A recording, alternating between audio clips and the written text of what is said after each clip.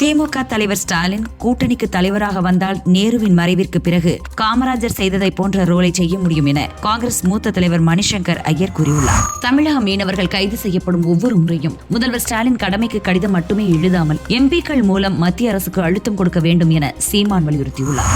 ஓர் இயக்கம் அங்கீகாரம் பெற வேண்டும் என்றால் குறைந்தபட்சம் 8 சட்டசபை தொகுதிகளில் வெற்றி பெற வேண்டும் என வைகோ தெரிவித்தார். இயக்க தலைமையும் கூட்டணி தலைமையும் பேசி ஒரு சுமூகமான முடிவுக்கு வருவார்கள் என்றார்.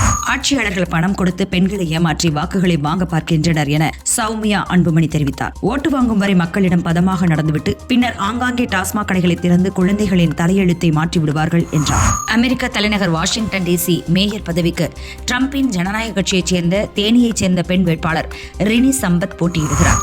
வான்வெளி போக்குவரத்து மற்றும் வழி செலுத்தல் கட்டண நிலுவைத் தொகையை செலுத்தாததால் தனது வான்வெளியை பயன்படுத்த ஸ்பைஸ் ஜெட் விமான நிறுவனத்திற்கு வங்கதேசம் தடை விதித்துள்ளது.